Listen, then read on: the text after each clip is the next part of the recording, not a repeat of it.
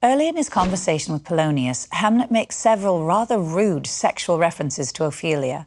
First, he calls Polonius a fishmonger, which might have been understood to mean a pimp. Then he compares Ophelia to carrion, meaning sexually available flesh. And finally, he suggests that if she comes near him, she might end up conceiving, that is, getting pregnant. It's clear enough why Hamlet might be unhappy with Polonius, Ralph, but is Hamlet also angry with Ophelia? It certainly looks that way.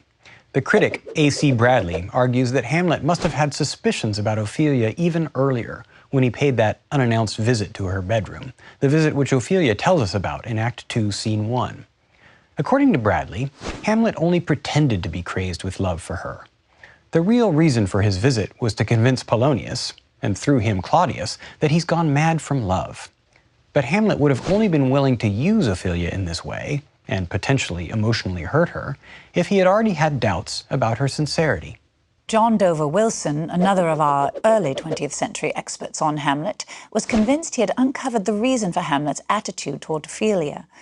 Just prior to Hamlet's entrance in this scene, Polonius and Claudius were plotting to sound out Hamlet's real feelings by arranging an unaccompanied meeting between Hamlet and Ophelia, where they will be listening behind a curtain. Wilson thought that Hamlet must have overheard this bit of dialogue between Polonius and Claudius, and that would explain why Hamlet is so critical of Polonius in their conversation. Wilson was so convinced that Shakespeare must have intended Hamlet to overhear this scheming that in the edition of Shakespeare's plays that he edited, he actually moved Hamlet's entrance up earlier than when it occurs in the authoritative editions of the play. In the 17th and 18th centuries, Hamlet's use of obscene puns, in this scene as well as elsewhere in the play, came under sharp criticism. One 18th century critic wrote that Shakespeare deserved whipping for low and indecent ribaldry.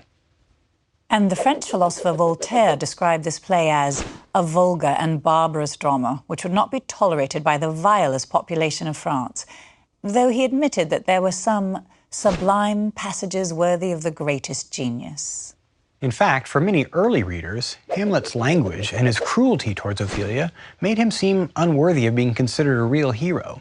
It wasn't until the Romantic movement of the early 19th century that he truly became a hero. The Romantics were much more sympathetic to his sensitive, suffering character, and more forgiving of his shocking language.